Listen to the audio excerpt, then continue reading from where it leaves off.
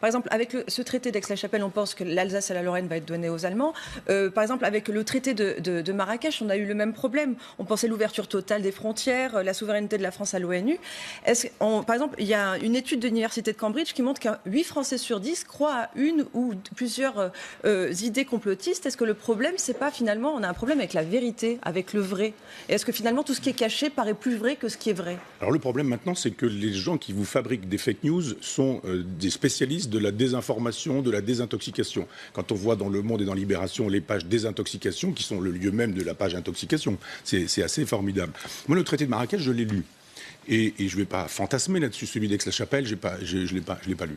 Mais il y a un moment très précis où ça démarre, où préambule, peut-être article 8 ou je ne sais quoi, enfin ça se trouvait tout au départ, où on nous dit que l'immigration est une chance. Bon ben voilà, c'est tout. Quand on nous dit c'est une chance, on peut déjà démarrer en disant est-ce qu'on est d'accord là-dessus? C'est une chance ou c'est pas une chance? C'est quoi l'immigration? L'immigration intra-européenne, l'immigration extra-européenne, l'immigration venant des pays qu'on a détruits parce qu'on a fait des guerres coloniales ou néocoloniales, etc.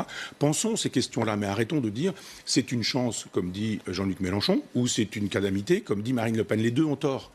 Parce que ça ne veut rien dire, l'immigration. Si vous venez du Portugal, si vous venez d'Irlande, si vous venez de Russie, si vous venez d'un pays judéo-chrétien, ce n'est pas exactement la même chose et que si vous venez d'un pays du Maghreb, en expliquant qu'effectivement, vous n'aimez pas la France, que cette religion, vous ne l'aimez pas, que vous êtes dans des logiques qui sont misogynes, phallocrates, antisémites, etc.